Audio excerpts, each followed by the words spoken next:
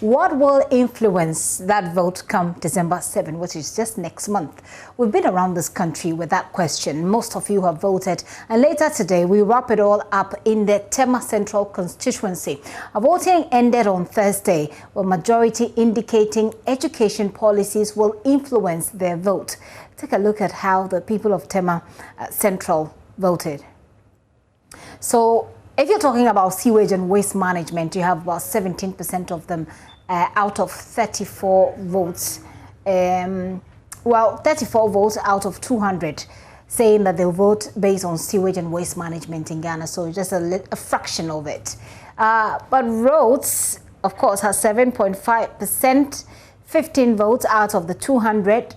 So roads, it's not that big, if you like. It's not big of an issue for them. 10% of them, as 20 out of the 200 votes, say housing and how government or whatever alternatives there are in housing will influence their votes. And then comes the big one, I think, one of the big ones, 21.5%. That's 43 out of 200 votes say they will vote based on employment. So employment will certainly shape how they vote. Let me bring in, we'll go through those, but let me bring in Winston Amwa, who's deputy head of our political desk and host of the Ballot Box. Winston is here with me. Winston, it's good to have you.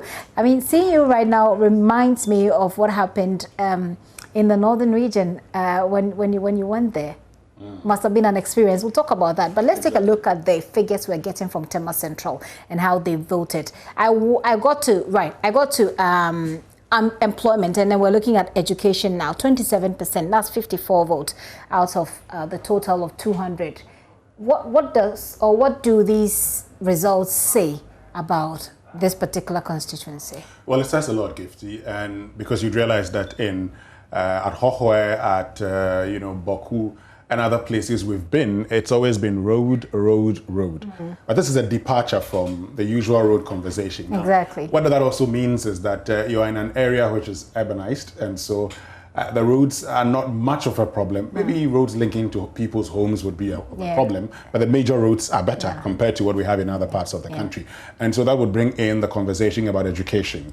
Not so long ago, the University of Ghana Political Science Department says 62% of electors say that they would vote based on education. Well, based on our own analysis we have done, majority of them have suggested roads until yesterday, when the people of Tema Central said, well, they are looking at education. So this part of the voting pattern sort of correlates that correlates or corroborates some way somehow with that poll, the survey that was conducted by the University of Ghana, doesn't it? Well, yes. Well, if you look at the fact that majority of the people in this constituency say they're looking at education, then you probably may say so. But if you also look at the margin, the University of Ghana is talking about 62%, and this is 27%. That's a huge margin. And so what I can say is that, well, majority of Ghanaians would look at education if you were to rate all the issues, or majority of Ghanaians within this particular constituency, because we've brought to you, polls from other parts of the country where 40% are talking about roads. And 31% are talking about roads. Even in some rural Greater Accra, people were talking about roads. So that's the dynamics we see in the election. But of course, in an urbanized area, it's important they're talking about education, because they're talking also about free SHS. They're asking questions about how we ensure quality of education, how we ensure more access to education, how we also would ensure that when it comes to tertiary education, make it better for the people. So if I may just jump in there, Winston, it doesn't necessarily mean that just because they choose education that they're going to necessarily vote for a particular party based on what it has done in the education sector, free SHS, for example, because you get the feeling that people seem to think that if people are going to vote based on education, then they'll vote for an NPP government because they have implemented free SHS. But it doesn't necessarily, it's not black and white. No, I mean, when people are talking about education, it's not all about free SHS. They're talking about other aspects of education, okay? And one of the things we did sectorial analysis.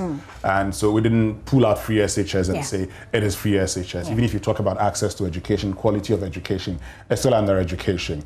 Of course, free SHS comes up a lot, in modern conversation.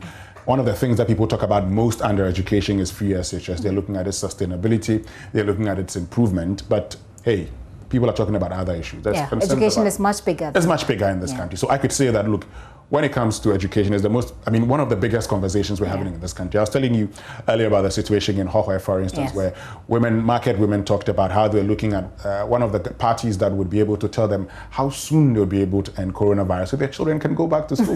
That for them was the most important issue. And so if you were voting based on, if you did the sectorial, pattern voting, you would have said they talked about education, but that's a different thing. This is more about coronavirus and education. Exactly, and so the thing is that for your ability, for recall purposes, make it education, and then we would put other things under education, and that's why we're having this conversation, and we're explaining, the decisions that people made based on education. So today, for the final one, we're in Tema. Yes. Tell us a bit more about it. Well, so the trend has been the same.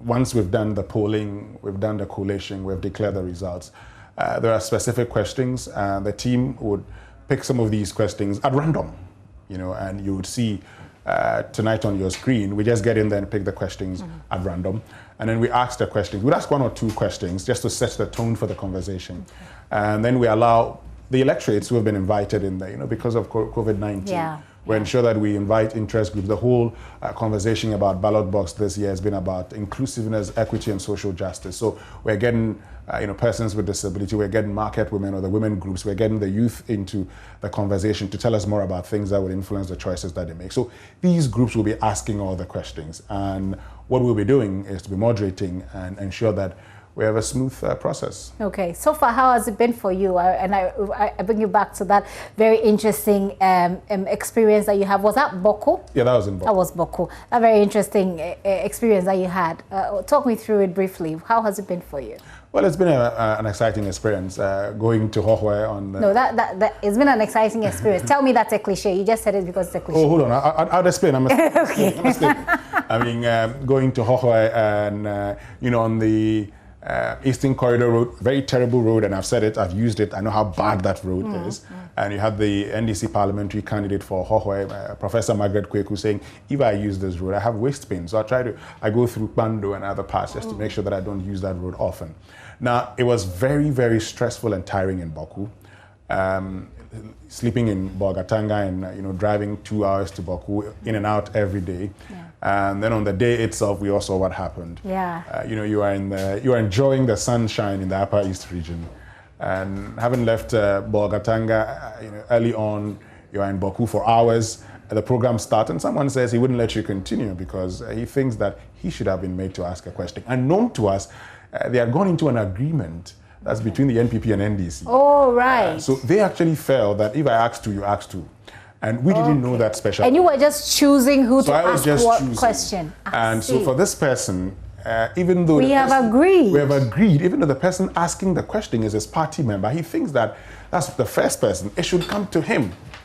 And if it doesn't come to him, then it becomes an issue. But I say that at that point in time when the police found it very difficult to control the people. The director, Yao Forsen, just said, Winston, get involved. And you did. And it did. It worked, didn't it? It worked. I mean, that's quite an experience. I mean, I was just sitting here and I was wondering how would I have handled this. But Winston, we thank God that you were able to deal with it. But it gives us learning experiences of how we can improve it next time. And if we get there, we'll find out whether there has been any prior arrangements before we start picking and choosing people. Winston, thank you very much for coming. Welcome. Winston Amwa is Deputy Head of our Political Desk, and we're talking about the ballot box, where today in Tema, where I was born, it will be interesting, I'm sure of that.